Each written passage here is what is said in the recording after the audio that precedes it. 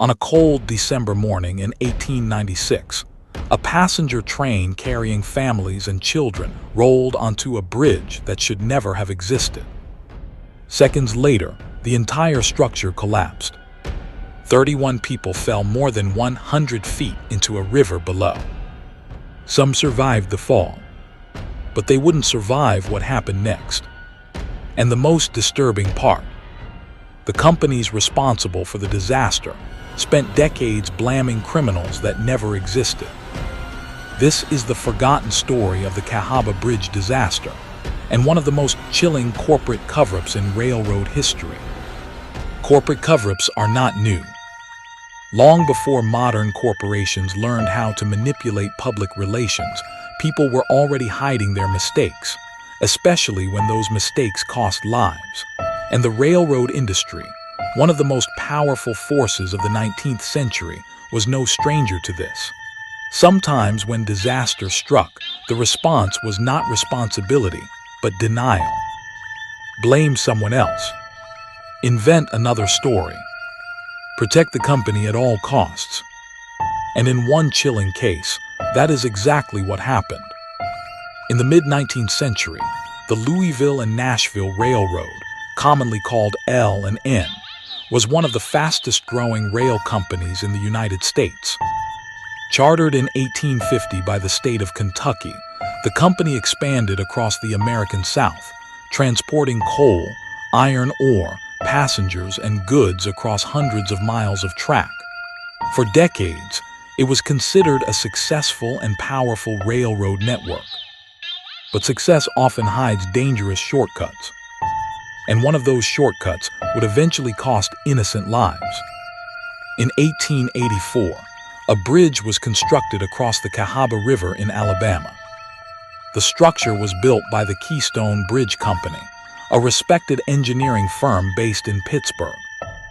Its purpose was simple: connect the mineral-rich Red Mountain mining region with nearby industrial lines.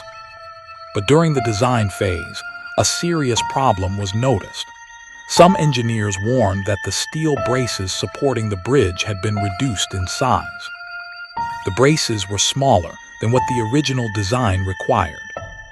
Smaller braces meant less structural strength. According to those early warnings, the bridge might support its own weight, but a heavy train could push it beyond its limits. The warnings were documented. They were discussed, and then they were ignored. The bridge was built anyway. On a Sunday morning after Christmas, December 27, 1896, just 2 days after Christmas, a small passenger train traveled along the Birmingham Mineral Railroad line, a subsidiary owned by L&N. On board were 31 people, men, women, and children. Many of them were miners and their families returning home after Christmas celebrations. The railroad had even offered discounted holiday fares, making the trip easier for working families. The train itself was modest: 2 wooden passenger coaches, 1 baggage car. Each passenger coach had a coal heater inside, keeping travelers warm during the cold winter morning. At the front of the train was locomotive number 40, a relatively new steam engine built just a year earlier in 1895. Everything seemed routine. Passengers chatted quietly. Children rested after holiday excitement. No one knew they were heading toward disaster. At around 7:50 in the morning, the train approached the Cahaba River Bridge, about 20 miles from Birmingham. The locomotive rolled onto the bridge. For a moment, nothing seemed unusual. But then the bridge began to shake. The vibrations were strange, too violent to be normal. The engineer, Frank White, immediately sensed something was wrong. He attempted to stop the train. Then he tried to reverse, but there was no time. The full weight of the train had already moved onto the bridge, and suddenly, the structure failed. The entire bridge collapsed beneath the train. Steel twisted, wood shattered, and the train plunged 110 feet into the river below. The crash was devastating.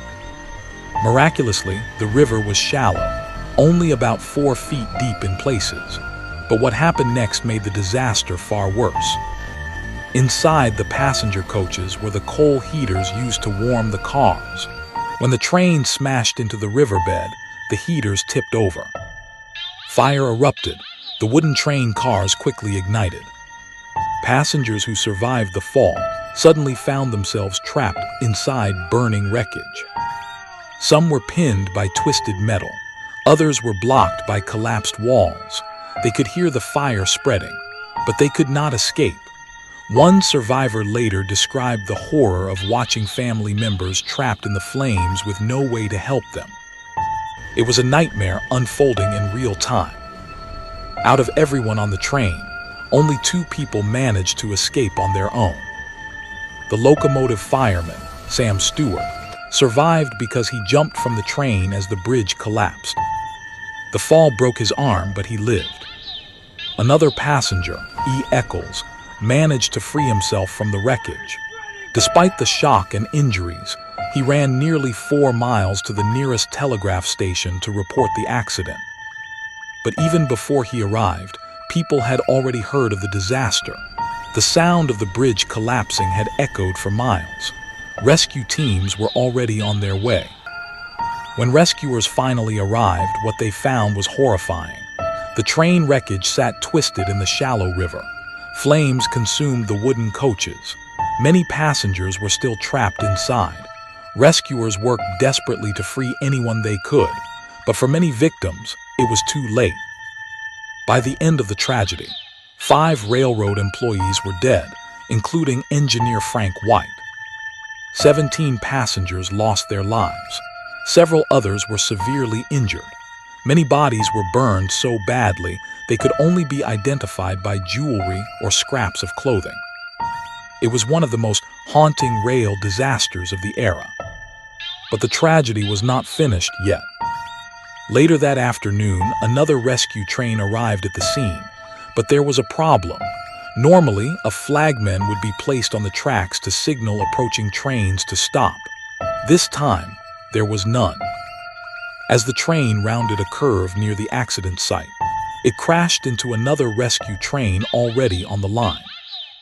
Fortunately, this second collision was less severe, but it still injured 2 workers, and one later died. The disaster had claimed yet another life. Soon after the accident, rumors began spreading. Just days earlier, criminals had tampered with tracks near another bridge in the area. There were also reports of looters seen searching the wreckage shortly after the collapse. The railroad quickly announced a shocking claim. Train robbers had sabotaged the bridge. According to the company, criminals had removed rails from the bridge, causing the collapse. The newspapers accepted the story. Public outrage grew. Rewards were offered to capture the supposed criminals. But there was just one problem. There was no evidence. Behind closed doors, investigators examined the wreckage. One investigator, Richard Montford, conducted a detailed analysis. His findings were disturbing. The bridge had not been sabotaged. It had simply failed. The braces supporting the structure were far smaller than the original design required. Because of this flaw, the bridge had lost nearly half its structural strength. Eventually, the weight of a train was going to break it. It was not sabotage, it was negligence. And both the railroad and the construction company knew about the problem years earlier. If the truth came out, both companies could face lawsuits and massive financial consequences. So instead of admitting the mistake, they made a decision. A representative from the Keystone Bridge Company suggested maintaining the train robber story. The railroad agreed. Both companies supported the lie. The official explanation remained sabotage, and because of that story, the companies avoided legal responsibility. No one was punished. No compensation was paid. The victims' families were left with a lie. For years, the train robber explanation remained the accepted version of events. The truth stayed hidden. until historians eventually discovered Montford's original investigation report. The document revealed everything. The bridge had been unsafe from the beginning. The warnings had been ignored, and the disaster had been completely preventable. But by the time the truth surfaced, everyone involved was long dead. Even the Louisville and Nashville Railroad no longer existed. There was no one left to hold accountable. 22 people died in the Cahaba Bridge disaster, not because of criminals, not because of sabotage, but because warnings were ignored and the truth was hidden. It is a chilling reminder that sometimes the most terrifying part of history isn't the accident itself. It's the silence that follows. If you enjoy uncovering dark and forgotten stories from history, make sure you subscribe to Dark History Retold and turn on notifications. Because some of history's most disturbing truths are still waiting to be